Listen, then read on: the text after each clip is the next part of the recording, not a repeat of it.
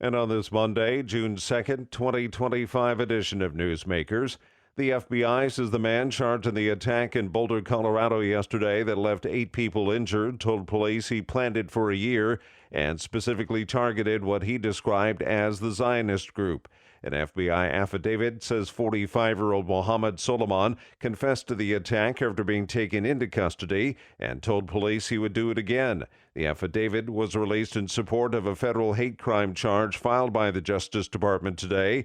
The group that was targeted was holding their weekly gathering in a popular pedestrian park in Boulder to draw attention to the Israeli hostages who remain in Gaza. Police say a stabbing attack at a homeless shelter in Salem, Oregon has injured 12 people, 5 of them critically, and a man is in custody.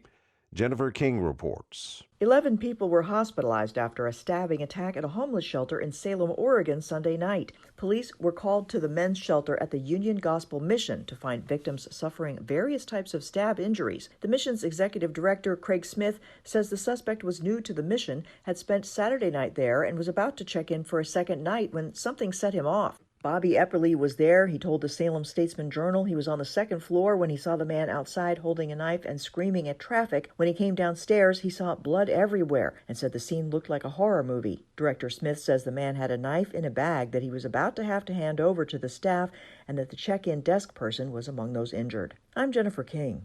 Arguments will be held in Seattle tomorrow before the Ninth U.S. Circuit Court of Appeals in a case involving the Yakima Union Gospel MIssionn.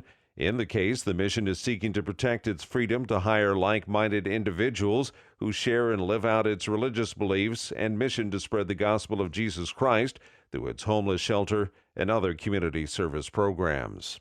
Abortions will remain outlawed in Kentucky under most circumstances. The ACLU of Kentucky dropped a class action lawsuit filed in 2024, which challenged the state's trigger law banning abortions and the law that bans abortions before determining whether a fetal heartbeat exists. Both laws went into effect immediately after Roe v. Wade was struck down by the U.S. Supreme Court a few years ago. Attorney General Russell Coleman supported the ACLU's decision, saying innocent lives will continue to be saved.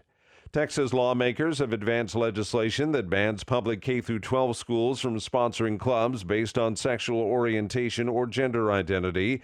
The bill passed in the Texas House on Saturday is now awaiting the governor's signature. The legislation would ban schools from authorizing or sponsoring LGBTQ+ student clubs and is part of a wider legislative push that has also targeted diversity, equity, and inclusion initiatives in K-12 programs.